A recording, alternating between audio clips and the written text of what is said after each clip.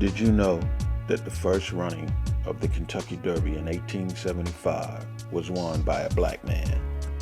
In fact, 13 of the 15 riders in that race were African American. The winner of that race was Oliver Lewis, a 19-year-old black man from Fayette County, Kentucky.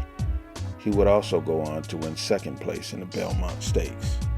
Another little-known fact is that 6 of the first 10 Kentucky Derbies were won by African Americans, and going forward, 15 of the first 28. The accomplishments of black jockeys span states, decades, and even nations. Dating back to the birth of the nation, black riders and trainers, often one and the same, dominated the sport of thoroughbred horse racing, and they would continue to dominate the sport throughout slavery and the aftermath of the Civil War. The sport of kings drew estimated crowds in excess of 50,000 in the antebellum era, long before baseball or football had developed. Then, following the Civil War, racing boomed in the North, particularly in New York City, the site of such elite courses like Jerome Park, Sheepshead Bay, and Belmont Park. These were some of the most famous black men in America in those days, and also some of the richest. Top riders earned $10,000 to $15,000 a year in the late 1800s. That's anywhere from $300,000 to $400,000 in today's money. Black jockeys continued to win major stakes across the country throughout the 19th century, all the while laying the groundwork for what would become the national pastime. Men such as Isaac Burns Murphy, widely considered the greatest jockey in the history of American horse racing, black or white. Born into slavery, he would go on to become the most dominant jockey of his own time, and he remains dominant to this day. He was the first jockey to be inducted into the National Museum of Horse Racing Hall of Fame at its creation in 1955. Isaac Murphy won the Kentucky Derby 3 times in 1884, 1890, and 1891. Murphy is the only jockey to have won the Kentucky Derby, the Kentucky Oaks, and the Clark Handicap in the same year. Over the course of his career, Murphy had a record of 628 wins and 1,412 starts, a 44% strike rate. It still remains the highest strike rate in the history of horse racing.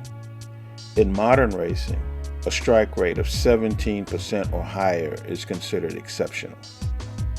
Fellow Hall of Fame jockey Eddie Arcaro has said, "There is no chance that his record of winning will ever be surpassed." The Isaac Burns Murphy Award is still presented annually by the National Turf Riders and Broadcasters to the jockey with the highest winning percentage. When Saratoga Track opened on a permanent basis in 1865, half of the jockeys were African Americans, most notably Abe Hopkins, a former slave. Experts rated him the second best known American athlete of the day, second only to the white jockey Gilpatrick. In 1870, the 20-year-old Edward Dudley Brown became the first African American to win the prestigious Belmont Stakes aboard Kingfisher.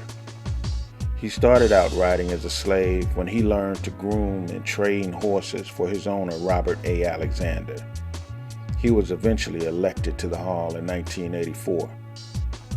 The great Jimmy Winkfield won consecutive derbies in 1901 and 1902. Making it the last year that the Kentucky Derby was won by an African-American jockey. Winkfield would finish his career with more than 2,500 wins. He was just 20 when he won his second Kentucky Derby. He rode until the age of 50, most of his 30 years as a rider coming overseas after blacks were elbowed out of American racing. He was inducted into the Hall of Fame in 2004.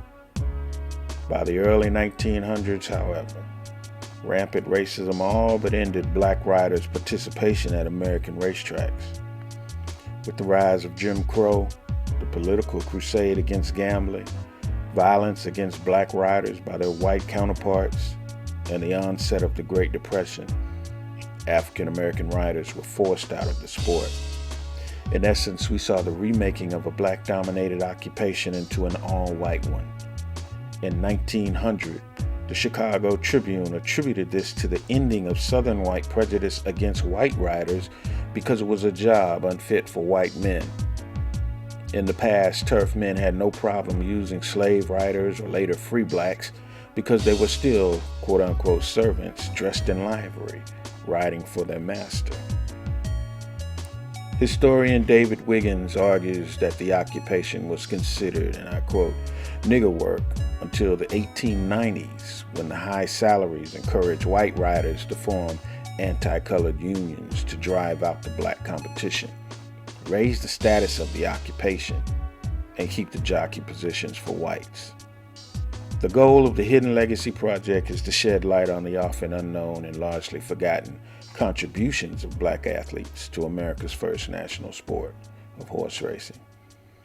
It is a fascinating look into an era when African Americans dominated America's first national sport.